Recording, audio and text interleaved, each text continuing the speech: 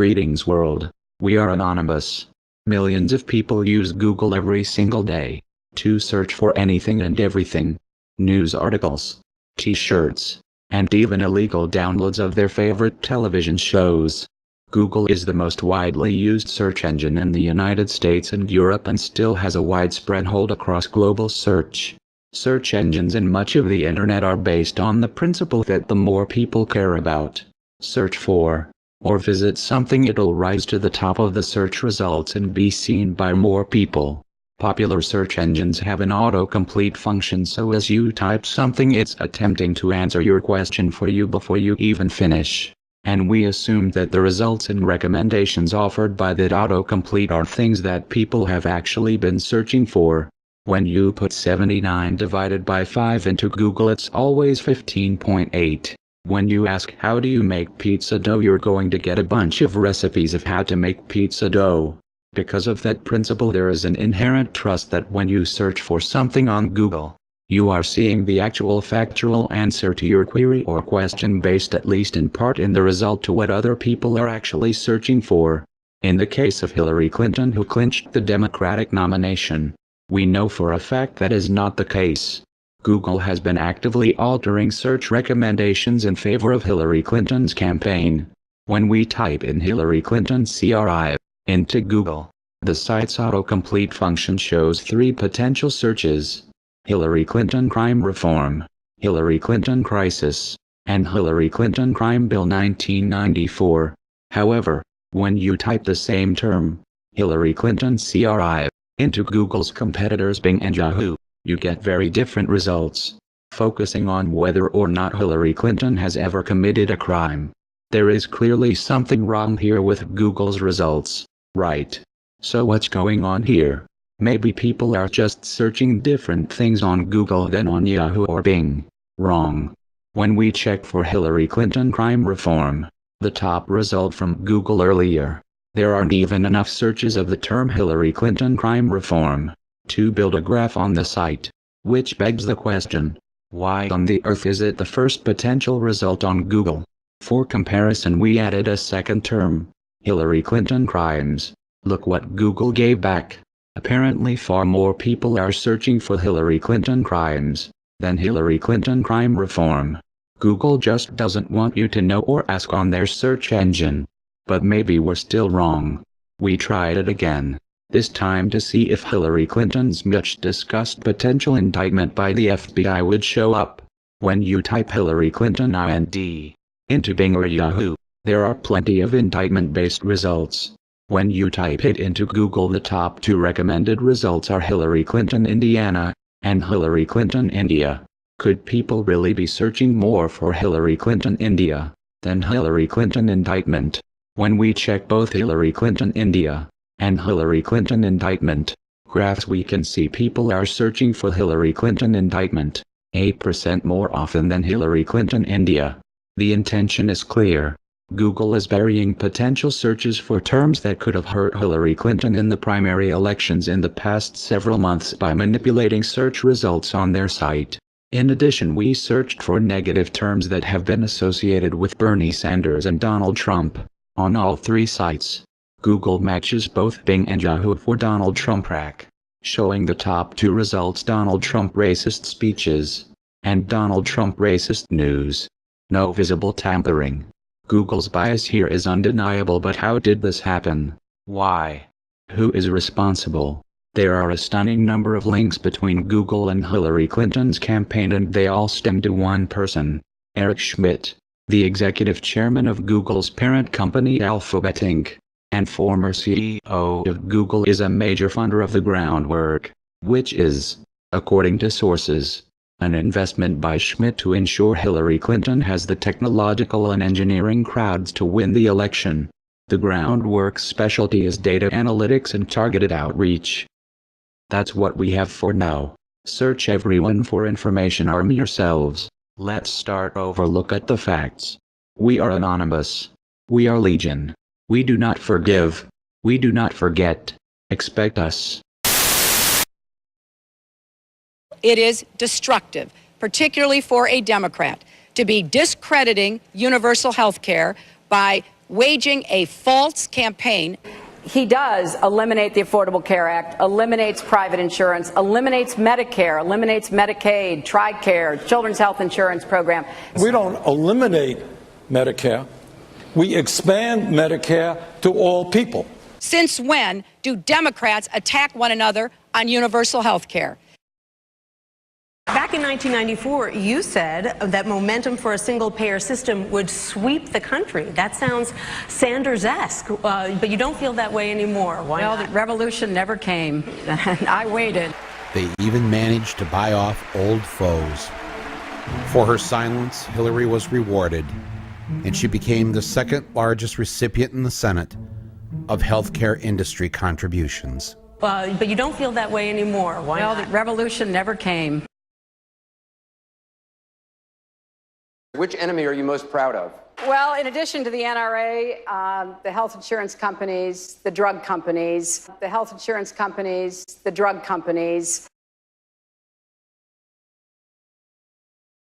I never took a position on Keystone until I took a position on Keystone. We're either going to be dependent on dirty oil from the Gulf or dependent on dirty oil from Canada. As president, would you sign a bill allowing the Keystone XL pipeline? If it's undecided when I become president, I will answer your question.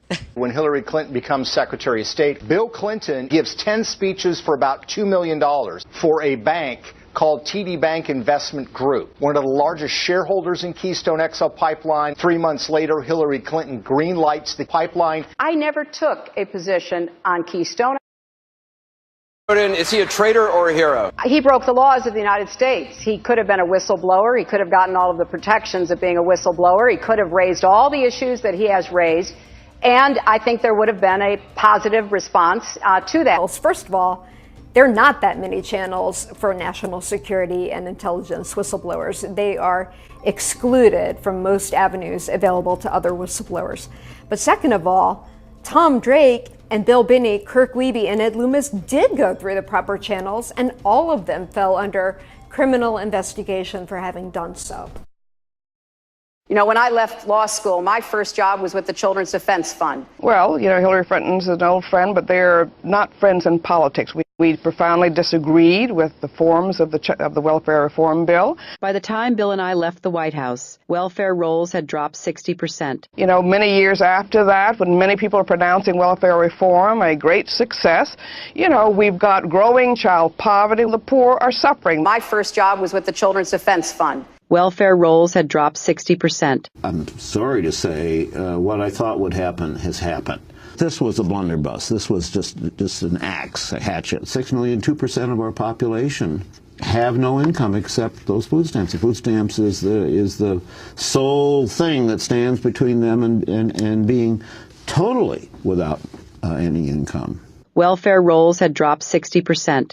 Yeah, I think it's absurd to suggest she's a friend of children who are in need or families. This is a woman who, when her husband was governor, I first met her at that time when I went down to interview him for the Los Angeles Times, and he was starting his presidential run. And they were bragging about their welfare reform, which destroyed what existed of support for poor children in Arkansas. Then as president, her husband, with her full-throated approval, destroyed the aid to families with dependent children, which 70% of the people on that program were children. They destroyed that program, and we don't even have an accounting of poor children anymore. They're off the radar. He was going to give immunity to the only industry in America. Only industry in America.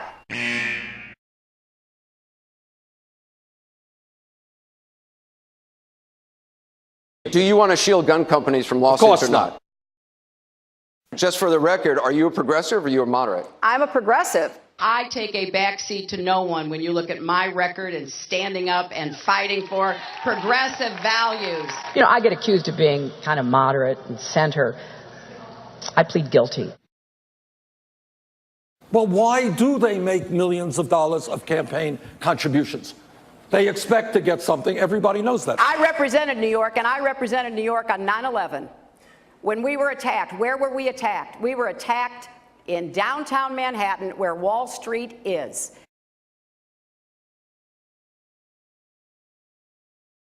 What about our traffic problem? 9, 11.